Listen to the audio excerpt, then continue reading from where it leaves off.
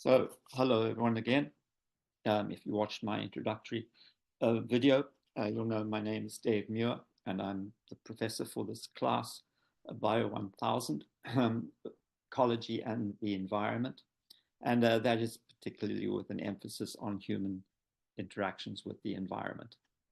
So, today we're going to discuss a little bit about the planet on which we sit, and that is the Earth. We're going to discuss a little bit about its history and its structure, and also about the living things which are present on the Earth. I want to have a careful look at this background image because it tells us quite a lot about what we're going to be dealing with. We're dealing with a very large planet compared to the size of the living things that inhabited it. Not compared, of course, to the size of other planets. It's actually one of the smaller planets in our solar system, but it is an extremely special planet in that it is just far enough away from the sun that temperatures are bearable, are livable, and it's not so far away that it's not completely frozen.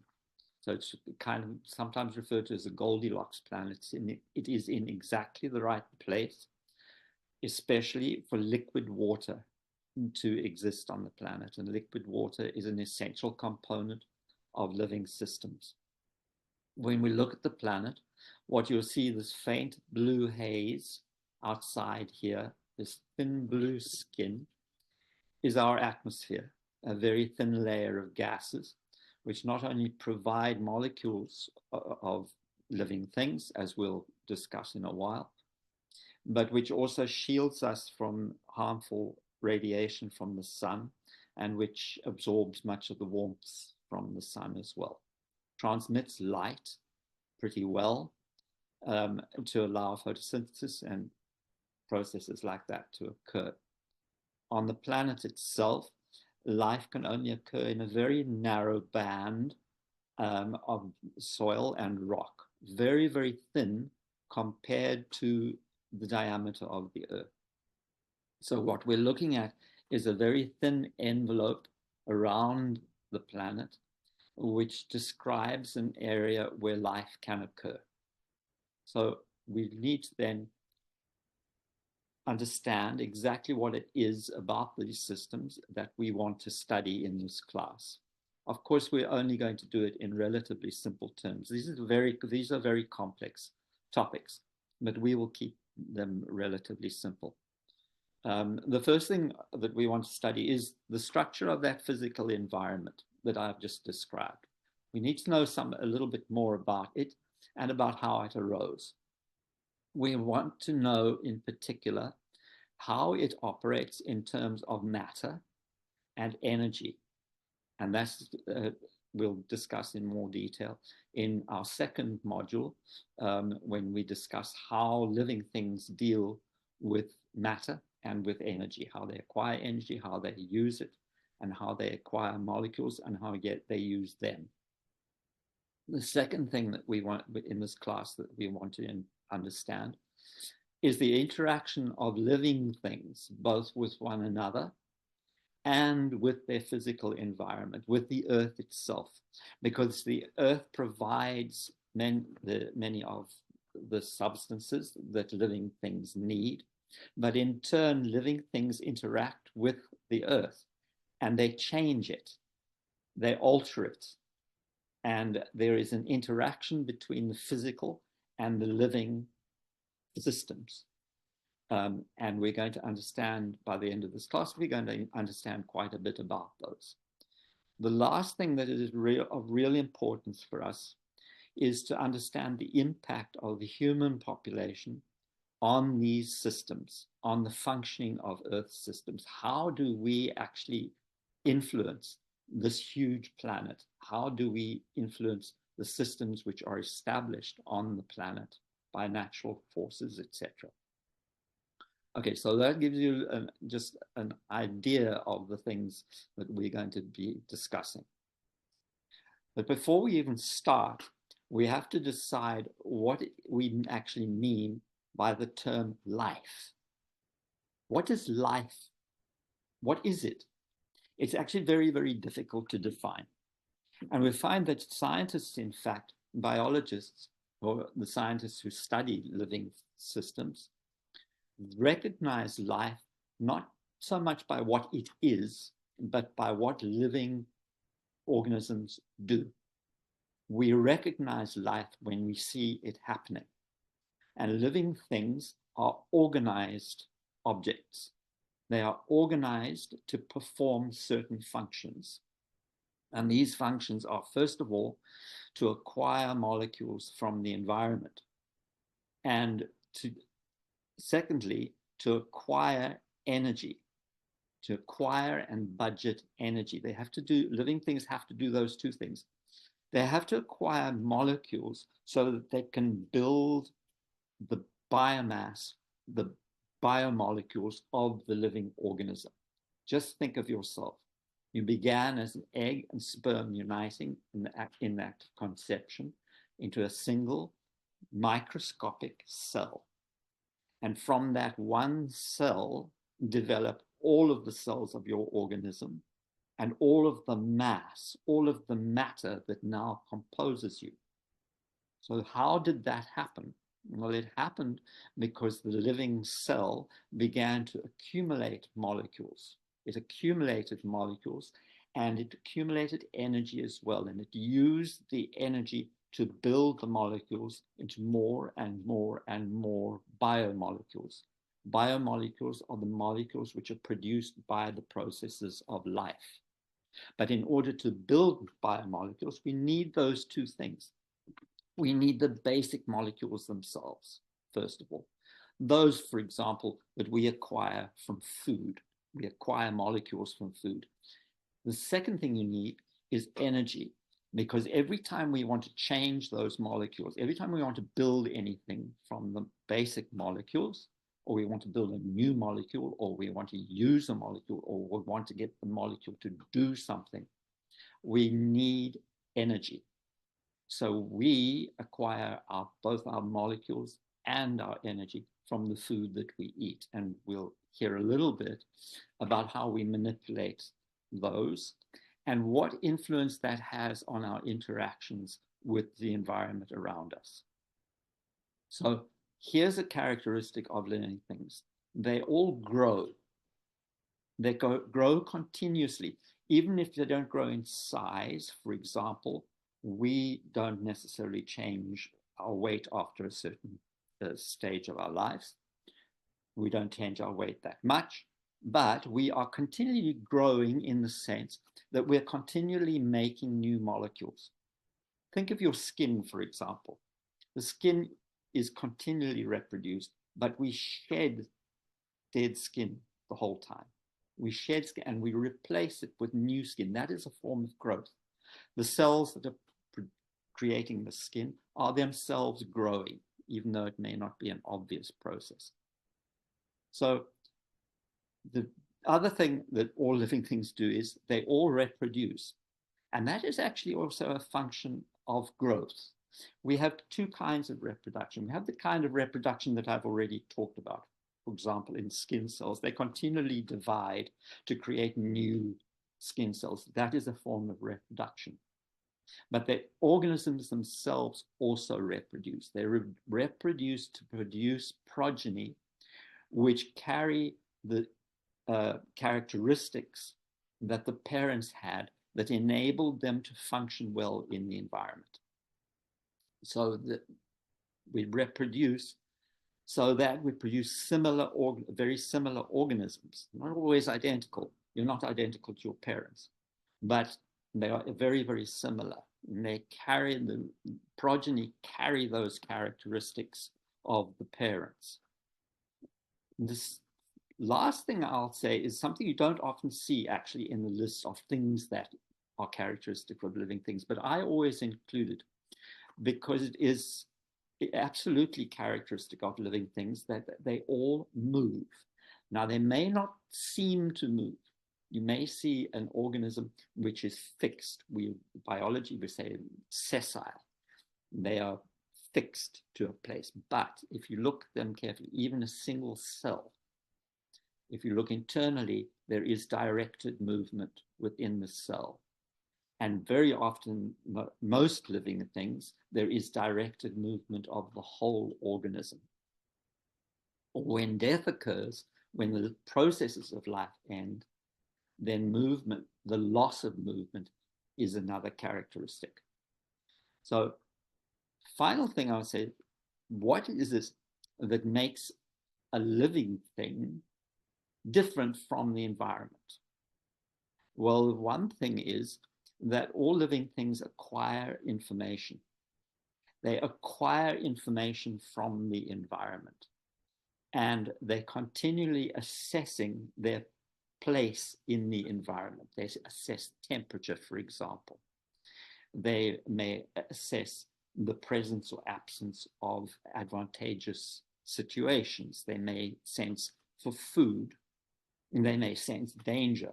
All of these things, they sense, they acquire information from the environment, and they respond. They respond both to change and then to stimulus as well. So living things are active within their environment. And in that activity, they come to interact with one another, and they come to interact with the environment itself. So let's have a look now at the different forms of life that we see on the planet. There's one characteristic of all living things, and it's the prime biological characteristic of living things, and that is all life on our planet is cellular. That is, all life is based upon a single simple unit. The simplest unit, the smallest unit of life is the cell. And the cell itself is defined very strictly in biological terms by an extremely thin membrane. Here on this diagram, which is of a bacterium, you can see here, this very, very thin membrane here is called the plasma membrane or the cell membrane. And the reason that I say it defines the cell is because it defines the cell in physical terms in the environment. The reason for that is that as thin as it is, the cell membrane, the plasma membrane, the names are interchangeable, acts as a barrier. It is a barrier which allows conditions on the inside of the cell. In this part, the part inside is called the cytoplasm, and it allows the conditions in the cytoplasm to be different to the conditions outside. In fact, in living things, we won't go into it in detail, but I will just tell you that the cell membrane, even though it is this very, very thin layer, is very, very active in controlling the passage, for example, of molecules back and forth, keeping useful molecules in and accumulating them, and letting disadvantageous molecules, waste, that sort of thing, to pass out. If there was no cell membrane, just imagine what would happen. All life is basically aquatic in nature. And if you don't have the cell membrane, you're just going to lose all of the contents of the cytoplasm. It'd be very difficult to build cytoplasm, to build all the structures of the cell that are in the cytoplasm, if in fact there was no boundary that kept everything in. And that is the major function of the cell membrane. That is why the cell is the basic unit of life, and the cell is defined by its cell membrane. So the living parts of the cell membrane and the cytoplasm on the inside. And that simple unit, the single cell, a single cell basically does everything that the whole organism, if it's multicellular, does. For example, this single cell grows. It grows, it reproduces. It has very, very fine ways of assessing its environment, of telling the temperature, the pH, the acidity or the alkalinity of the surroundings, presence or absence of food, etc., etc. So this little single cell, though it has no eyes, no ears, It can, in fact, accomplish most of the things that an advanced multicellular organism can. Now, this cell that I'm showing you here is the simplest form of this single cell, and that is, it is called a prokaryote cell. And that tells you that there is the only membranous structure is the membrane around the outside of the cell. Never mind all the stuff that's outside of the cell membrane. That's all clutter. For our purposes, we're not going to discuss it. We're just interested in this cell defined by the cell membrane. And you'll see that here, there is only one membrane, and that is the membrane that is around the outside of the cell. So this defines what a prokaryote cell is. There are no other membranes. So, for example, that we're going to see later that there are more advanced cells which have other membranes inside here. The prokaryotes do not. Don't despise the prokaryote as being very primitive, however. As I've told you, they do all of the things, most of the things, that very advanced organisms do. And they just do it with less equipment. But all of the processes that make up living things, almost all of the metabolic processes, all the way from respiration, photosynthesis, all of these things all evolved in these prokaryote cells. And the most important, the most abundant, the most important group of prokaryotes are the bacteria. And this is a bacterial cell shown here for you. And this is a very typical bacterial cell, just the cell membrane around the outside, and everything else inside the cytoplasm without any membrane around it. So a very typical example of a bacterial cell would be these. And this is E. coli. The proper name, the full name is Escherichia coli. And you have probably at one time or another heard about E. coli. E. coli is actually an abundant member of our own gut flora. So here it is, just a simple cell. In this case, it's shaped like a rod. There are other bacterial cell shapes, but here is a rod-shaped bacterium. They've just all happened to be piled on top of one another. This is a scanning electron micrograph of these cells. So the second kind of cell is the eukaryote cell. And a eukaryote, as opposed to a prokaryote, a eukaryote cell has other systems which are membrane bound inside the cytoplasm.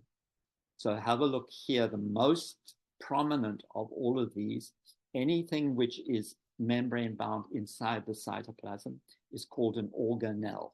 It's not an organ, it's an organelle. And in most eukaryotes, the most prominent organelle is the nucleus, is the cell nucleus, which you see here. And the cell nucleus, there is a double membrane, in fact, which encloses all of the, not all, most of the DNA of the organism. It encloses the chromosomes of the eukaryote organism. But there are numerous other organelles all the way, scattered all the way through the cytoplasm in eukaryotes is packed with these different organelles. Here's an interesting thing. Why do this? The real reason for it is within those membranes, this little organelle can specialize its functions. And that is exactly what the eukaryote cell does. It specializes functions which in the prokaryote cell are usually scattered throughout the cell or associated with the cell membrane. But here in the eukaryote cell, we have different areas performing very different functions. They coordinate closely with one another, but they are able to increase their efficiency by isolating a function to a particular organelle. So this is a typical cell for plants and for animals. There are many single-celled organisms which are eukaryotic as well. And the eukaryotic cell in general is very much larger than the prokaryotic cell. The prokaryotic cells, the bacteria and the another group, which are prokaryote, are small. The eukaryote cell can actually be so large that it is just visible to the naked eye. Very much more complex than the prokaryote cells. And we will encounter functions of these cells when we talk about plants and animals. So that just tells you a little bit about the different kinds of living things that we're going to encounter. But I want to also introduce you right at the beginning into the disparity between the way in which living things acquire their molecules, build biomass, and also acquire and use their energy. So the way in which living things do this, acquire molecules and acquire and use energy, is really important for the way in which these organisms interact with one another, as we'll hear in abundant detail in our second module. So the first group to know about are they're called the autotrophs. Now, that word autotroph means self-feeding.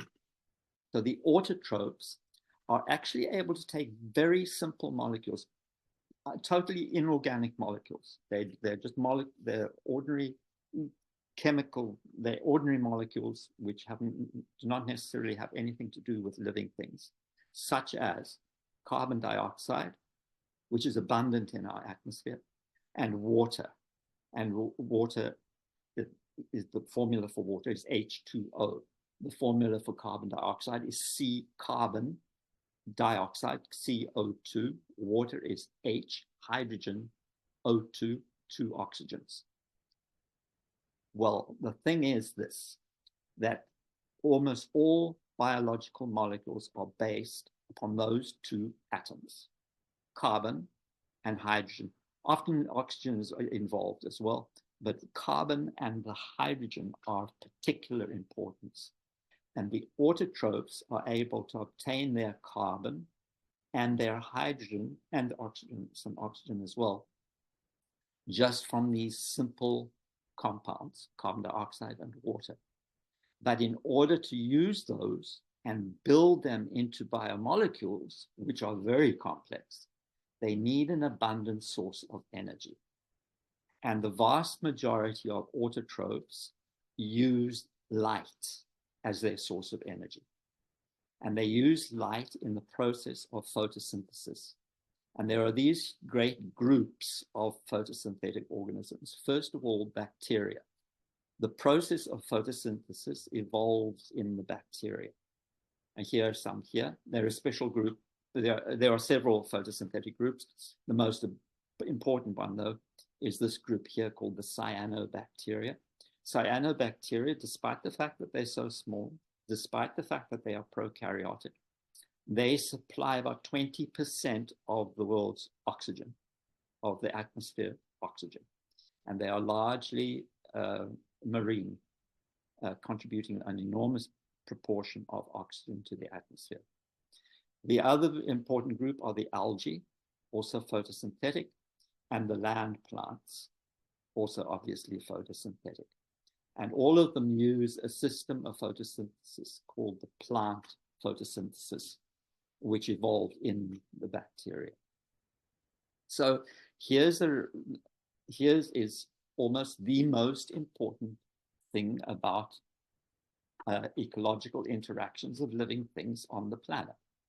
And that is at the very basis of the systems, we have these organisms which are able to take carbon dioxide, water, and use the sun's energy to build biomolecules.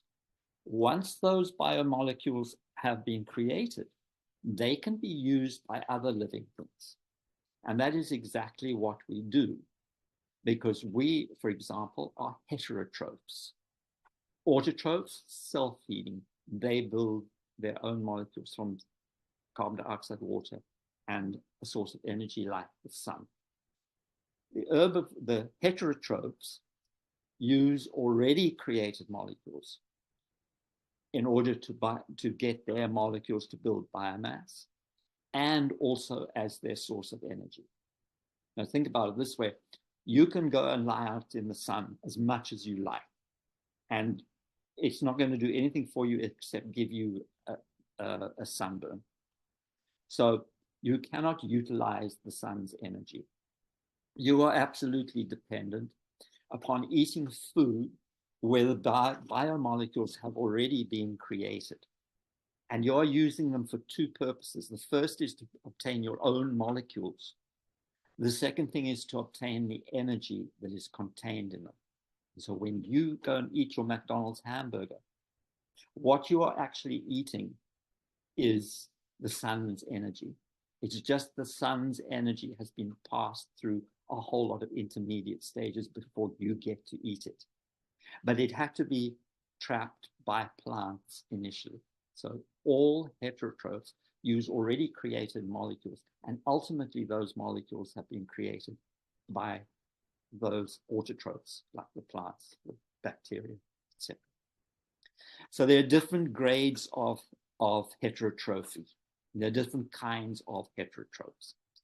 The first, herbivores, are those organisms which feed directly on plants and depend on plants almost entirely for all of their nutrition, for their molecules and their energy. Carnivores are also heterotrophs, but they are feeding on largely on herbivores, which have already eaten the plants. So just think about it. We're going to discuss this in much more detail, but just think about it this way. The molecules are created by the plants. The energy is fixed by the plants.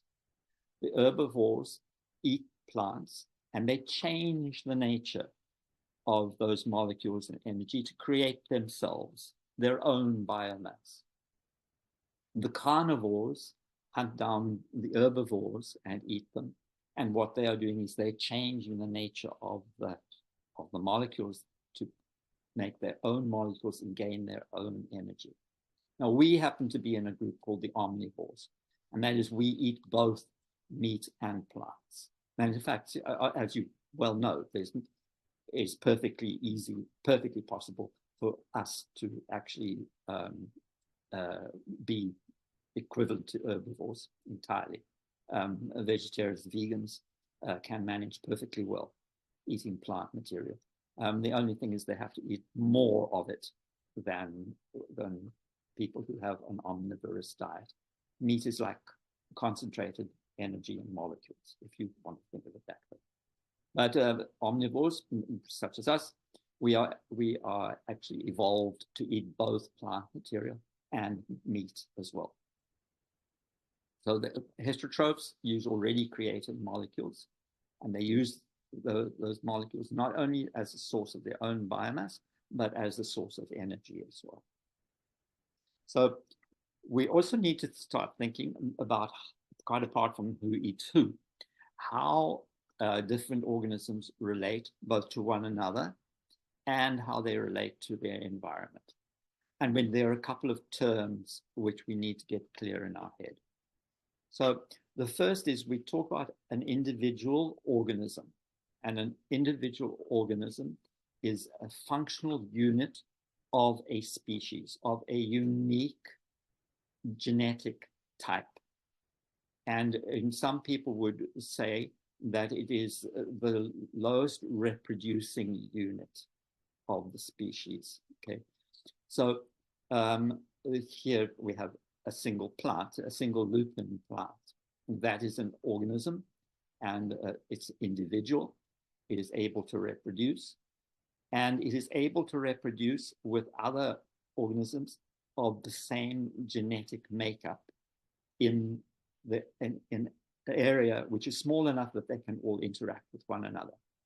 And that unit we call a population. So a population are the members of the same species which are able to reproduce with one another. That puts a physical limitation on them. And so we may have two populations of lupins, which are so far apart from one another they can't reproduce with one another. We don't refer to them as a single population just because they're lupins. there are two populations of lupins. They may be very genetically similar. They can't reproduce because they're not close enough to one another. So that makes them two populations. Any population close enough to interact so that they can reproduce with one another, we refer to that as a single population. But within an area, we may have populations of very different organisms which interact with one another. And that we call a community. So here, for example, in a mountain meadow, we have populations of many different kinds of plants. We have organisms, a population of deer. We may have population of elk or something else. We may have bears coming in to eat deer or wolves or whatever. So once these populations begin to interact with one another, the populations which are able to interact with one another, we refer to as a community. And an ecosystem, this is a term you've surely heard, an ecosystem is all of the interactions of the community members, as we saw here. Remember, the community are the biological interactions with one another. That's what defines the community. But when we look at the community members interacting with one another and with their physical environment, we end up being able to describe a unit which we call the ecosystem. It is somewhat vague, and in some ways, the boundaries of an ecosystem depend on who is looking at it and what they're interested in. So, for example, what I mean by that, we may talk about, for example, the meadow itself as being an ecosystem, the meadow ecosystem. But somebody else coming in may rather discuss the valley ecosystem and think that look at the interaction of the mountains with the meadow ecosystems below. So it is an indication that, in fact, ecosystems interact with one another. Ecosystems interact with one another on a very wide scale. They begin to overlap and interact. And when we look at the different kinds of ecosystems, we begin to see that there may, in fact, be linkages between them. But for the moment, let's think about them as being separate from one another. So, for example, we may have isolated tropical rainforest, and we'd say that is the rainforest ecosystem, a rainforest ecosystem. And we could characterize it. If we went and looked at the rainforest, what we'd find, it's got a high biomass. There's a lot of living material there, many different species, but surprisingly enough, the tropical rainforest is characterized by low soil nutrients and high environmental temperatures, and usually high rainfall as well. I put there tropical, so that tells you high temperatures, probably high rainfall. There are other rainforest ecosystems which are low temperature, but still have high temperatures. I mean, high rainfall. Sorry, my cat just yelled at me and it totally distracted me. Okay, here's a pond ecosystem. Freshwater is an aquatic ecosystem. They would have intermediate biomass, but we'd find, for example, many of the organisms in the pond would have larval systems in the pond, or one set of the lifestyle in the pond, others in the environment, linking the pond ecosystem with the outside. Another typical ecosystem to describe are marine, rocky, intertidal ecosystems with high biomass, very, very big diversity of habitats because of the rising and falling of the tides, and usually high species diversity. These are the sorts of characteristics that we begin to see, which would distinguish one ecosystem from another. But remembering that these overlap and they may in fact interact with one another. So when we look at the sum total of all of the interactions, we recognize that there is an area of the planet where life is possible. And over the whole planet itself, there are profound interactions over vast distances. And these we refer to as the global ecosystem. We begin to look at our planet as being a unit in and of itself. The planet and all of its living systems form their own ecosystem. Remember, I told you the boundaries of the ecosystem depend on the nature of our looking at it. When we stand back and we look at the whole planet, we see that we can think of it, the whole planet, as being a unit ecosystem of its own. A very thin atmosphere around the outside. Life is possible even very, very high elevations, altitudes in the atmosphere. Life is possible down to the very deepest ocean. Life is recorded in the very deepest parts of the ocean, like the Marianas Trench. There's also life possible in the soils and in rock itself. But when we look at the size of the biosphere, of the area of the planet where life is possible, and compare it to the diameter of the Earth, we will realize that there's just a very, very thin layer around the planet where life is actually possible. Now, I just want to, before I finish this class, I just want to quickly discuss with you a little bit about the origins of the planet, because a number of the exercises which you're going to do, you're going to have to work through yourself to see how some of the origins of the planet and some of the changes that have taken place to give us the structure of the planet that we see today. Now, I just wanted to introduce you to the idea of the vast span of time that we're talking about and the different signature events that have occurred. Our sun burst into life about 5 billion years ago. And the formation of the planet actually began about 4.5 billion years ago. For most of the time of this early period here, the planet was in fact essentially liquid rock, pummeled by asteroids and meteorites coming in and contributing the mass which now composes the planet. It's very important to realize that a period of formation of the planet was actually quite brief. And once it ended about 4.4 billion years ago, we have only received a very small amount of material from space. We continue to receive a very small amount to this day in the form of meteorites, but it is very, very small compared to the mass of the Earth. The reason I emphasize that is one of the things we've got to realize is that what we have on our planet, the molecules we have, is what we have to deal with. We have no bank to draw molecules from. Our planet was constituted a long time ago, and we have to work with whatever molecules we have on the planet. You'll see the importance of this, especially in Module 2, when we talk about how living things deal with acquiring their molecules. So the formation of the Earth started about 4.56 billion years ago.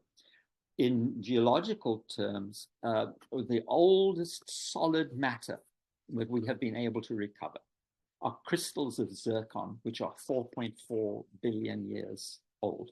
And that tells us that there was solid material that far back. The formation of the seas took place very much later.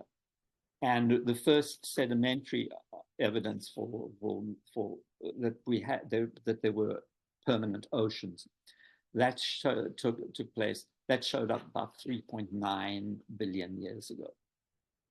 Now, this is around about this time here that the very first signs of life, we believe that it is around about 3.9 billion years ago or so, that the first truly living systems were constituted.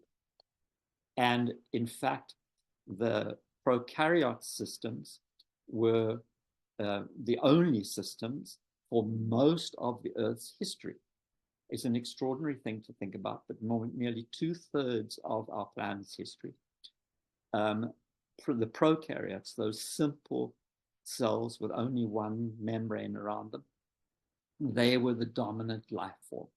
And in those prokaryote cells evolved almost all of the metabolic processes that we still use even in advanced eukaryote cells.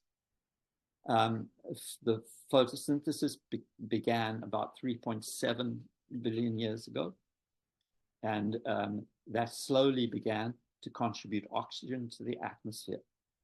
The first cells that you can see here, by about 2 billion years ago, we started to see a pronounced rise in atmospheric oxygen because of the processes of photosynthesis. Oxygen is a byproduct of photosynthesis, as we'll hear later. The first eukaryote cells evolved about 1.75 billion years ago, and they're really the first multicellular organisms, only probably around about probably 0.9 billion years ago. Then the first animals evolved in this period here. If we're looking at this abbreviated time scale, what should be humbling for us is to see that human beings have only been present on the planet. In fact, primates have only been present on the planet for a very, very short time, and humans even less. The lifespan of our species is measured not in millions, not necessarily in millions of years, but Homo sapiens in hundreds of thousands of years.